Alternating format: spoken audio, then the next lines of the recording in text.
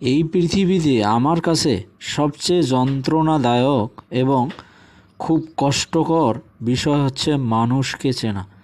মানুষকে চিনতে যে আমি যেটা যন্ত্রণা বোধ করেছি এটা মনে হয় তোকে বলে বোঝাতে পারবো না। ঠিক বলেছিস, মানুষ চেনা আসলেই খুব জটিল এবং যন্ত্রণাদায়ক কাজ।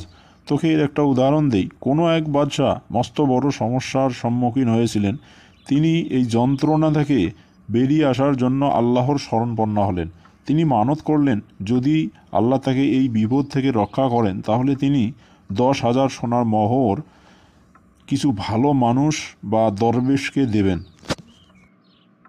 আল্লাহর মেহেরবানিতে অল্প দিনের মধ্যেই তার বিপদ কেটে গেল। এরপর তিনি তার মানত আদায়ের ব্যবস্থা করলেন। তিনি তার এক জ্ঞানী বিশ্বস্ত কর্মচারীর হাতে 10,000 মোহরের একটা থলে দিয়ে বললেন, আমার রাজ্যের মধ্যে ভালো মানুষ এবং যারা দরবেশ আছে তাদের মাঝে এই টাকা বিতরণ করে এসো।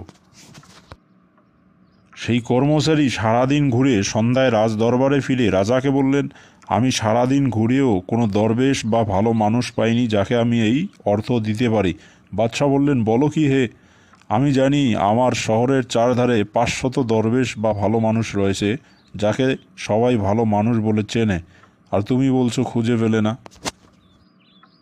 সেই কর্মচারী জবাব দিয়েছিলেন, টাকা নিয়ে যার কাছে যাই সেই হাত পেতে নিতে চায়। আমি যতদূর জানি সত্যিকার সংসার বিরাগী ভালো মানুষ বা যারা দরবেশ তারা টাকা পয়সা দিলেও নেয় না, আর যারা নেওয়ার জন্য লালায়িত তারা ভালো মানুষ বা দরবেশ নয়।